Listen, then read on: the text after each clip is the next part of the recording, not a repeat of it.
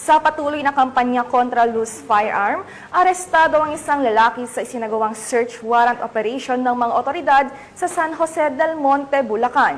Kalibre 45 na baril, kumpiskado. Ang buong detalye ay mula kay Patrolwoman Mildred Tawagon.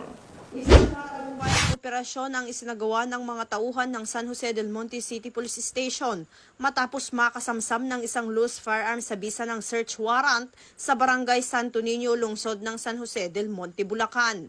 Kinilala ni Police Lieutenant Colonel Rizon M. Bagain, hepe ng San Jose del Monte City Police Station, ang naarestong sospek na si alias Ja, 42 taong gulang, dating security guard at residente ng nasabing barangay.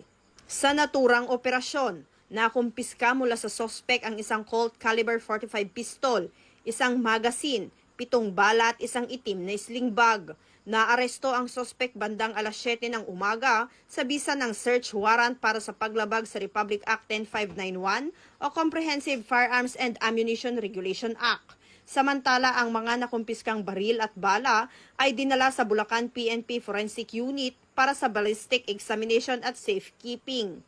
Ang matagumpay na operasyon ay bunga ng masusing investigasyon at aktibong pakikipagtulungan ng mga mamamayan bilang bahagi ng patuloy na kampanya ng Bulacan Police Provincial Office sa ilalim ng pamumuno ni Police Colonel Angel L. Garciliano, Provincial Director, laban sa mga loose firearms upang mapanatili ang kaligtasan at kapayapaan sa mga komunidad. Mula dito sa Bulacan Police Provincial Office, ako ang inyong PNN correspondent, Patrolwoman Mildred A. Tawagon, alagad ng batas, tagataguyod ng Balitang Pulis.